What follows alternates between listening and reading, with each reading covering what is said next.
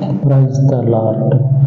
మన విమోచకుడు, మన పరిశుద్ధుడైనటువంటి యేసుక్రీస్తు వారి శక్తి కలిగిన నామమున ఈరోజు దేవుని ఉపవాస వాక్య ధ్యానములకు సహోదరులందరికీ దేవుని పేరట ప్రైజ్ ద లార్డ్. కొన్ని సందర్భాల్లో మన అనుకునేది ఏమవుతుందంటే పరాయిదైపోతుంది, మనది కాదు అనేటువంటి పరిస్థితులు ఎదురైనప్పుడు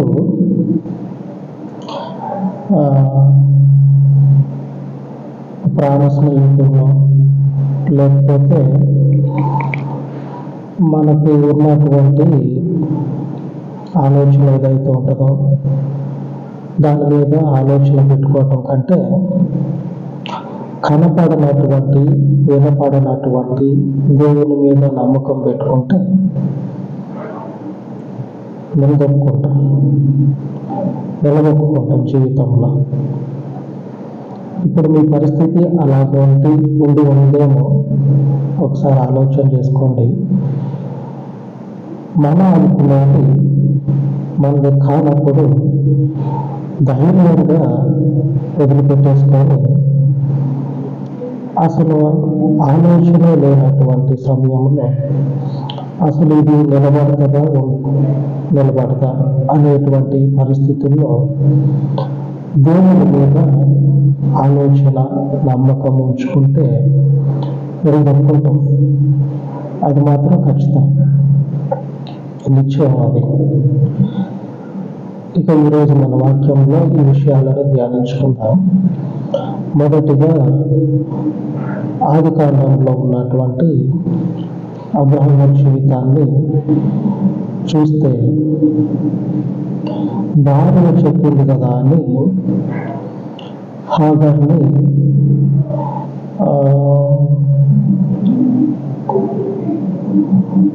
పిల్లల కోసం పెళ్లి చేసుకున్నట్లేదు, కానీ హాగర్తో పోయినప్పుడు హాగర్కి అబ్రహాము వల్ల సంతానమైందని రాయబడి ఉంటుంది.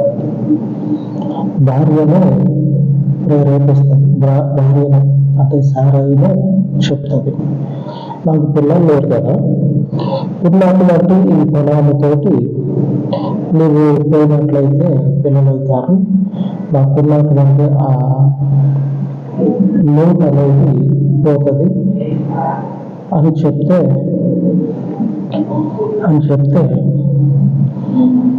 అబ్రాహాము కూడా సమ్మతించి ఆమెతో పోయినప్పుడు ఇష్మాయేలు పుడతాడు. దేవునికి స్తోత్రం కలుగును గాక. ఇష్మాయేలు పుడతాడు. కొన్ని రోజులకి ఫ్యామిలీ అంతా బాగానే ఉంటారు. ఏమైందో తెలియదు, భార్యనే మళ్ళా సారైగా ఏమంటుందంటే, వద్దు ఇది ఇంట్లో ఉండొద్దు, ఉన్న దగ్గర నుంచి సారాయికి పిల్లలైన తర్వాత, సారాయికి ఇసాకు పుట్టిన తర్వాత నాకు నా పిల్లవాడికి సరి అయినటువంటి పరిస్థితులు కనపడట్లా, మీదటికి ఉండవేమో అని హాగర్ ఏం చేస్తుందంటే వెళ్ళగొట్టమని చెప్తుంది.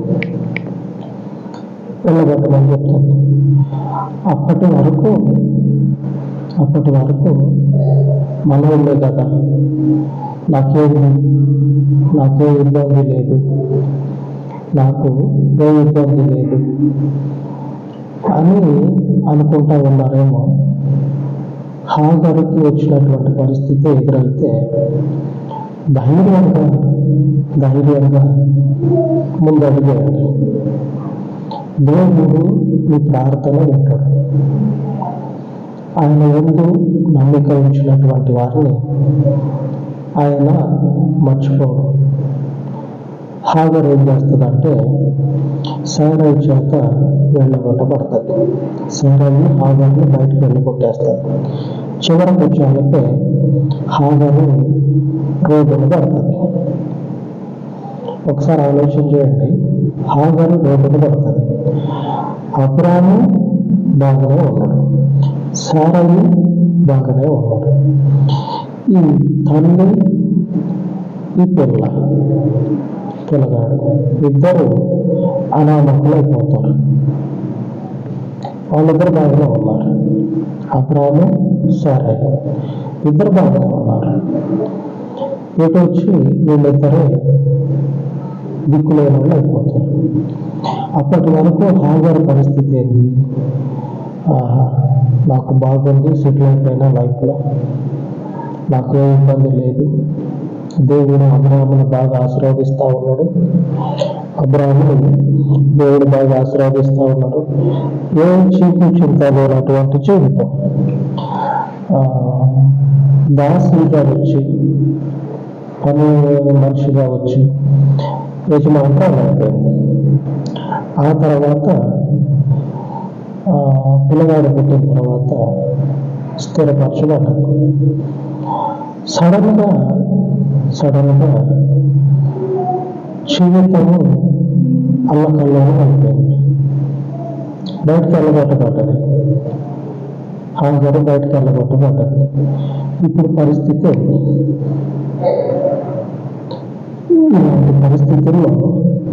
ఇలాంటి పరిస్థితుల్లో ఎవరిని దూషించాలి?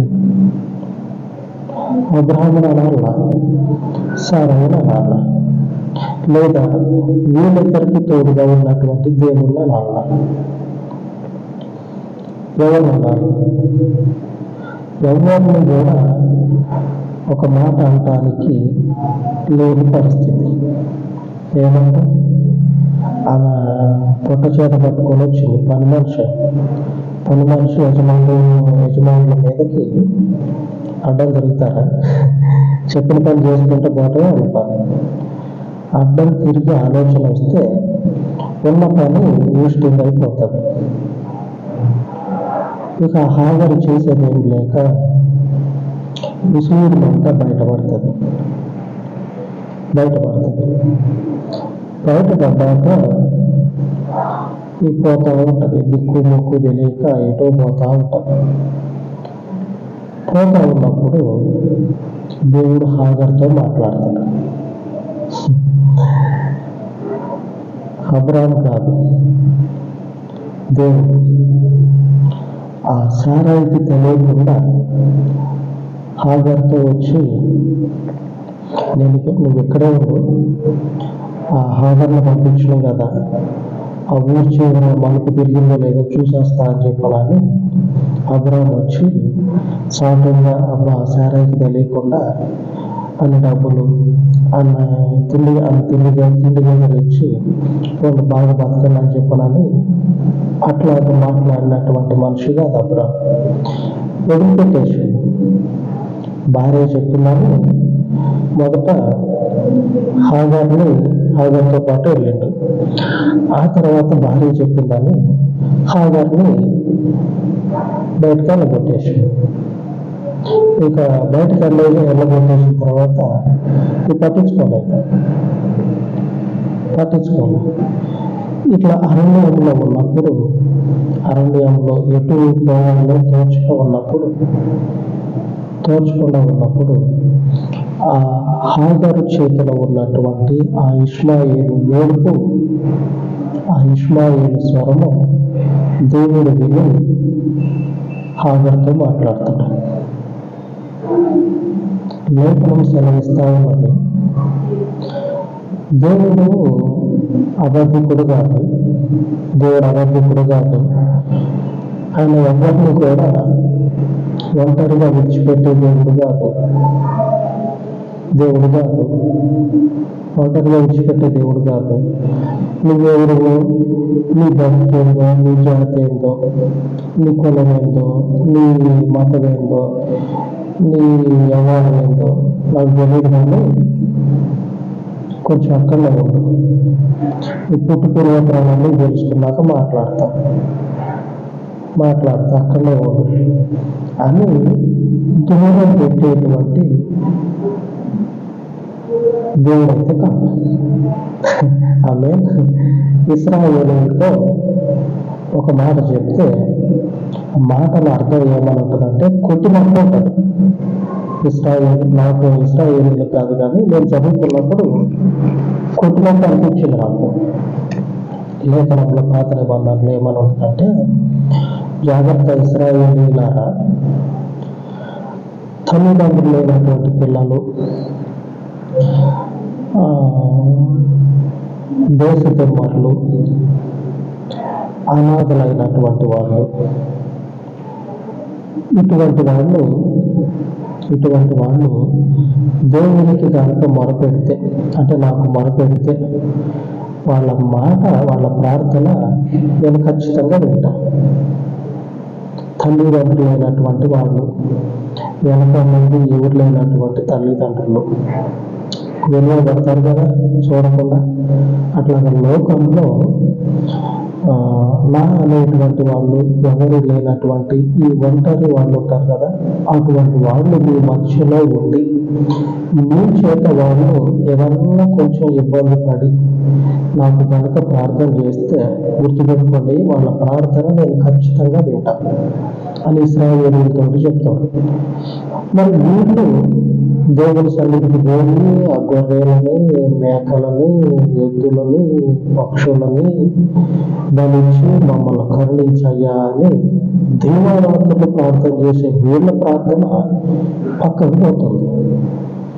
ఆ అనామకులైనటువంటి వాళ్ళ ప్రార్థన దేవుడు వింటాడట, ఖచ్చితంగా వింటాడని చెప్పి రాయబడి నాకు కొట్టినట్టు అనిపించింది ఆ లేఖను చదివినప్పుడు. ఎందుకంటే ఒంటరైనటువంటి వాళ్ళు లోకంలో ఏ దిక్కు బుక్కు లేకుండా ఉంటారు కదా. నువ్వేందిరా, నీకు వెనక ముందు ఊరు లేరు, నువ్వేందిరా, నీ బతికేందిరా అని మాటలు పడేటువంటి జీవితాలు ఉంటాయి కదా. ఆ జీవితాలని దేవుడు ఏం చేస్తున్నాడంటే హక్కును చేర్చుకొని బహువాకులకు చెప్తాడు. లేఖనంలో ఇష్మాయేలు గురించి, హాగరు గురించి రాయబడ్డది. చదువుకుందాం మనం ఒకసారి. ఆదికాండము 21వ అధ్యాయము 17వ వచనం. దేవుడు ఆ చిన్నవాని మొరను వినెను. అప్పుడు దేవుని దూత ఆకాశం నుండి హాగరును పిలిచి, హాగరు, నీకేమి వచ్చినది, భయపడుకోము, ఆ చిన్నవాడున్న చోట దేవుడు వారి స్వరము విని ఉన్నాడు. దేవుడు ఈ వెనక ముందు ఎవరు లేకుండా లోకంలో ఒంటరిగా బతుకుతూ ఉంటారు కదా. ఇప్పుడు హాగర్ పరిస్థితి అదే. ఆ కట్టుకున్న ఆయన, నేను నీకు అంత ఇబ్బంది లేకుండా చూసుకుంటా అని చెప్పని అన్నటువంటి ఆ మనిషి బయటకు వెళ్ళబట్టాడు. ఆ అమ్మ అయితే, ఆ ఈటామ అయితే మరీ ఘోరం. అవసరం ఉన్నప్పుడు రామయ్య అని పిలిచింది, అవసరం లేనప్పుడు నిర్దాక్షిణ్యంగా బయటకు వెళ్ళబట్టింది. ఇప్పుడు ఈ పరిస్థితుల్లో ఈమెకు దిక్కెవరు? ఉన్నటువంటి నాన్నటువంటి వాళ్ళు వెళ్ళగొట్టారు. ఎక్కడికి పోవాలా? తల్లి పిల్ల తల్లి అంటారు, పిల్ల తల్లి ఎక్కడికి పోవాలా? మన జీవితాల్లో భయంకరమైనటువంటి పరిస్థితి వచ్చినప్పుడు ధైర్యం తెచ్చుకొని దేవుని తట్టుగా మన నమ్మకాన్ని నిలుపుకున్నట్లయితే ఆ నమ్మకానికి ఆయన పునాది వేసి గట్టిగా నిలబెట్టుకుంటాం. మన జీవితంలో మనము నిలబెట్టుకుంటాం. ఆయన బలమైనటువంటి దేవుడు. ఆమె బలమైనటువంటి దేవుడు. ఆయన ఎంతటి బలమైన దేవుడు అంటే ఆ తర్వాత వచనంలో ఇష్మాయేలు గురించి రాయబడ్డది. ఇష్మాయేలుకి దేవుడు తోడై ఉండెను అని రాయబడ్డది. ఆ చిన్నవారికి దేవుడు తోడై ఉండెను అని రాయబడ్డది. దేవుడు తోడుగా ఉన్నాడంటే ఈ భూమండలం అంతటిని కూడా మన జీవులో పెట్టుకున్నంత ధైర్యం ఉంటుంది. అర్థమైందా? ఈ భూమండలం అంతటిని కూడా మనిషి జీవులో పెట్టుకుంటే ఎంత ధైర్యం ఉంటుంది. అబ్బా, లోకమంతా జయించలేను అనే ధైర్యము ఎప్పుడు కలుగుతుందంటే దేవుడు మీకు తోడుగా ఉన్నా అని ఎప్పుడైతే చెప్తున్నాడు అప్పుడు అంత ధైర్యం తెచ్చుకోండి. ఆ మాటలో అంతటి బలం ఉన్నది. ఆ చిన్నవాళ్ళకి దేవుడు తోడై ఉంటే ఇప్పుడు ఇప్పుడు ఇశ్రాయేలీయుల తర్వాత దేవుని మనుషుల తర్వాత ఒక బలమైనటువంటి జనాంగంగా దేవుని వారిని ఆశీర్వదించాడు. ఆమె ఈరోజు మన వాక్య ధ్యానం ఏమిటంటే యెఫన్యా గ్రంథంలో 3వ అధ్యాయము 5వ వచనంలో ఇలాగ రాయబడి ఉన్నది. అయితే న్యాయము తీర్చుడు యెహోవా దాని మధ్యనున్నాడు, ఆయన అక్రమము చేయవాడు కాడు. అనుదినము తప్పకుండా ఆయన న్యాయ విధులను బయలుపరచును. ఆయనకు రహస్యమైనది ఏదీ లేదు. ఆయనను నీతిహీనులు సిగ్గెరుగరు.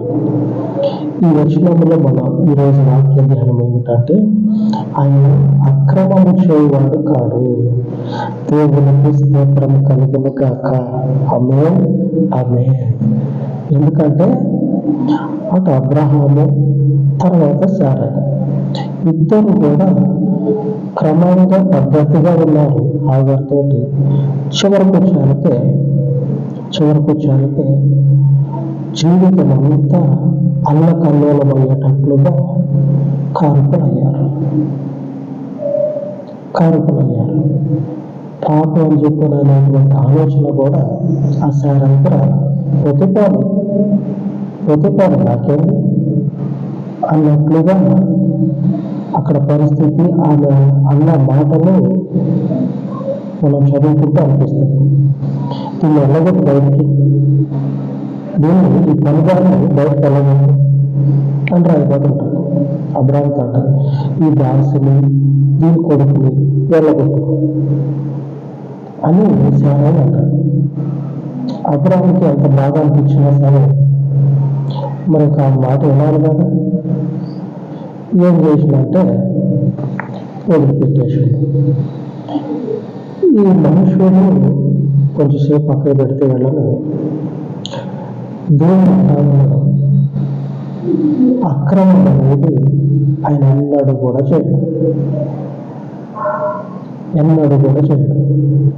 అందుకే లేఖనంలో చెప్పబడినటువంటి లేఖనము హాగరు జీవితంలో నెరవేరుతా ఉన్నది.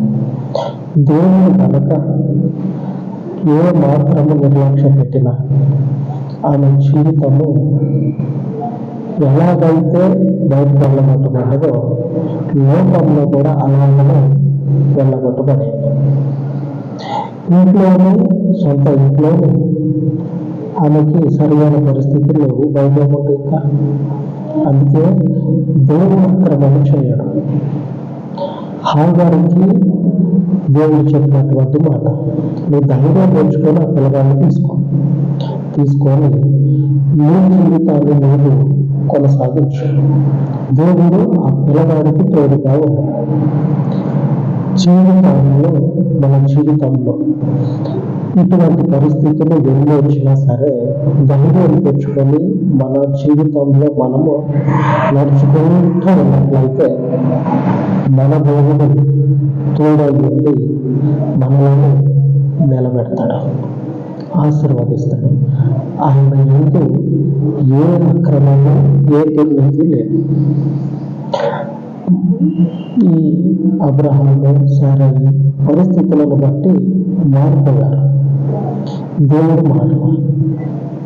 ఆయన క్రమంగానే చూస్తాడు. క్రమాన్ని అక్రమం చేయడు. దేవుడు అక్రమాన్ని క్రమం చేయడు. దేవుని నీతి న్యాయం ఏం చేస్తుందంటే ఆయన యొక్క పవిత్రమైన మార్గాన్ని మనుషులలో స్థిరపరుస్తుంది. ఇష్మాయేలు జీవితంలో ఆ దేవుని మార్గాన్ని స్థిరపరచింది, దేవుని చిత్తాన్ని స్థిరపరచింది. అటు తర్వాత ఇష్మాయేలు దేవుని చేత బహుగా ఆశీర్వదించబడ్డాడు. ఆమె అబ్రహాముకి దేవుడు ముందే చెప్తాడు, నీ పిల్లలే కదా నేను చేస్తా, నేను తోడుగా ఉంటా వారిని అని చెప్పి అబ్రహామును ధైర్యపరుస్తాడు.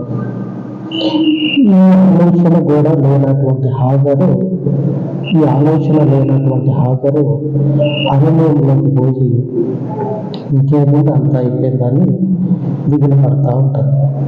అప్పుడు దేవుడు ఆయన వాక్యాన్ని, ఆయన ఇచ్చినటువంటి వాగ్దానాన్ని జ్ఞాపకం చేసుకొని, మీరు ధైర్యం తెచ్చుకొని ఉండండి, మీ జీవితాన్ని మీరు కొనసాగించండి. మనుషుడు ఎప్పుడూ కూడా ఇంకొక మనుషులకి అంటి పెట్టుకోనే ఉండడు కదా. దేవుడు ఉంటాడు, ఆయన నీతి ఉంటుంది, ఆయన వాగ్దానం ఉంటుంది. ఎప్పటి వరకు అంటే ఆయన ఉన్నంత వరకు, దేవుడు నీతి దేవుడు ఉన్నంత వరకు ఉంటుంది. ఆయన అంతలోకి దేవుడు. కానీ ఆయనతో పాటు ఎప్పటికీ నిలిచే ఆయన నీతిని మనం అనుసరిద్దాం. స్థిరపరచబడటానికి ఎవరు లేకపోయినా సరే జీవితంలో ఆయన ఉంటే స్థిరపరచబడతాం. అలాగ ప్రార్థించుకుందాం. మహోన్నతుడా, మహిమ కలిగిన తండ్రి, ఈ ఉపవాస మనవులను జ్ఞాపకం చేసుకొని ఈ పరిచర్యలో తండ్రి ఉన్నటువంటి ప్రతి లోటుపాటుని,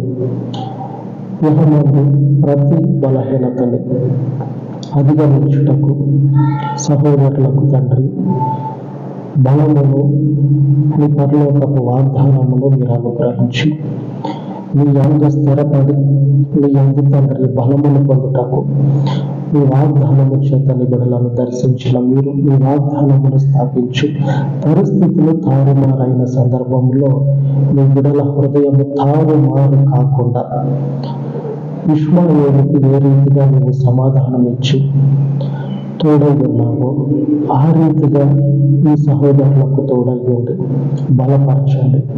జీవితంలో నిలదొక్కుకొనుటకు నిబిడలకు తండ్రి కృప చూపించండి. నీవే శాశ్వత కాలము నిలిచే దేవుడు. నీవు మాత్రమే మనుషులను విడిచిపెట్టిన విడువని దేవుడవు కనుక నీవు ఈ మనవులను జ్ఞాపకం చేసుకోనమని యేసుక్రీస్తు మహిమ కలిగిన నామమున ప్రార్థించి వేడుకొనుచున్నాను తండ్రి. ఆమేన్, ఆమేన్. మన పరిశుద్ధుని కృప మనకు తోడై ఉండును గాక. ఆమేన్, ఆమేన్.